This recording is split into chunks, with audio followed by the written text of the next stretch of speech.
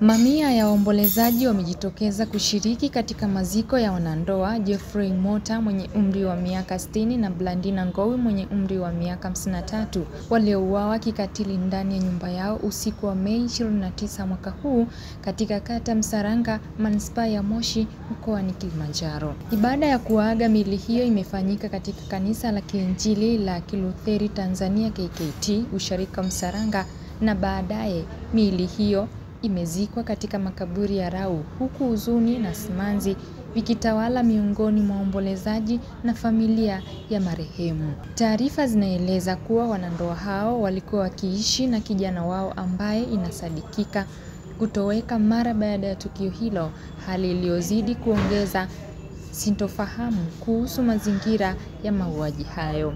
Familia ya marehemu imesikitishwa na tukio hilo, ikieleza kuwa marehemu walikuwa ni watu wa upendo waliojenga uhusiano mzuri na jamii inayowazunguka. Familia ya Ngowi kwa kuondokewa na wapendwa wetu. Ni kweli mama yetu na dada yetu Blandina Mota alikuwa ni mwimbaji mwenzetu, sauti ya pili.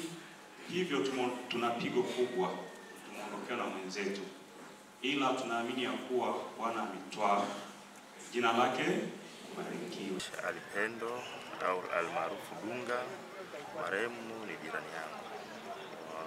Kweli alikuwa ni mtu wa watu, alikuwa ana shida na mtu, na mtu wa kwanza kupigiwa simu alikuwa ni mimi hapa. Alinipigia mtoto wake wa kike ambaye pia ni jirani yangu pale. Aliniambia kwamba taarifa ya kwanza alinipa ni kwamba huyu mzee amejiua. Lakini baadaye alinipigia simu akasema wazee wameuawa. Kwa hiyo tukasaidiana pale na baadhi ya majirani, tukawasiliana na mwenyekiti, wajumbe wa serikali za mitaa, lakini pia tuliwasiliana na afande Makere ambaye ni afande wetu wa kata. Alitupa ushirikiano mkubwa pale, tuliona jopo la maaskari. Maswali kwa kweli bado najiuliza maswali mengi sana, kwa sababu mimi najiuliza maswali mawili. La kwanza, kama angekuwa na utindio wa ubongo kwa kweli angepatikana. La pili pia, kama angekuwa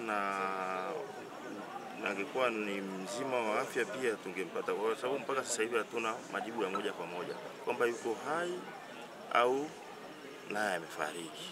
Kwa kidogo hapo tunakuwa tuna wasiwasi, hatuna majibu yale ya moja kwa moja. Wakati huo huo, jeshi la polisi limesema linaendelea na uchunguzi na msako mkali wa kubaini na kuwatia mbaroni wote waliohusika na mauaji hayo, na kuahidi kuhakikishia haki itapatikana na kwamba wahusika wote watafikishwa mbele ya vyombo vya sheria. Msiba umetokea na hata sasa tumeendelea kushirikiana na familia hii na jeshi la polisi usiku na mchana lipo kazini ikiendelea uchunguzi ni nani yuko nyuma ya vifo hivi. Tunaomba wananchi tushirikiane kwa pamoja tupate taarifa za nani hasa ambaye yuko nyuma ya vifo hivi. Na tangu siku ya kwanza msiba ulipotokea, kuna mwanafamilia mmoja kijana wa familia hii ambaye alitoweka na hata sasa mpaka sasa hajajulikana aliko.